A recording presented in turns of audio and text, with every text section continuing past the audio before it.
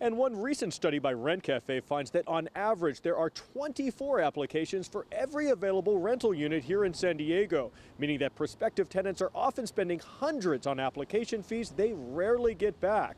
This new legislation, though, aims to change that. Oh, it's actually really crazy because you have to find places, and as soon as places are posted, then they're gone in 2 seconds. Joshua Houston, who moved to San Diego from Memphis, says the competition to land an apartment here is fierce and often requires prospective tenants to shell out significant cash up front. Application fees can go from anywhere from $40 to $80 per application, and you have to apply for 5 to 10 to however many you have until you actually get your spot.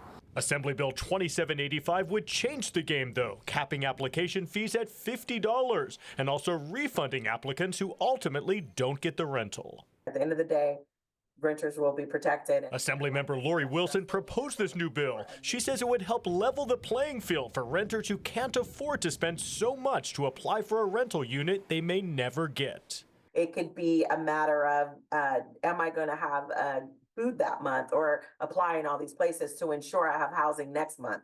And we don't want Californians making that decision. AB 2785 also originally required landlords to place a tenant security deposit into an interest-bearing account. A recent amendment now makes that optional. But if a landlord does earn interest off the deposit, they would be required to hand that over to the tenant when they get their deposit back. Lisa Ballard, who rents in Hillcrest, applauds that idea. So if you take good care of the place and you get all that money back, that's a pretty good incentive for somebody to really take care of the property that they're renting. But organizations representing landlords, like the California Apartment Association, are opposed to this legislation. The CAA has proposed a 1% administrative fee if landlords are required to return any interest earned on a tenant's security deposit. And unfortunately, if the 1% fee is not taken into account, it is possible that rent will be increased to account for that increased business expense. And AB 2785 has already passed the Judiciary Committee and is now heading to the Housing Committee.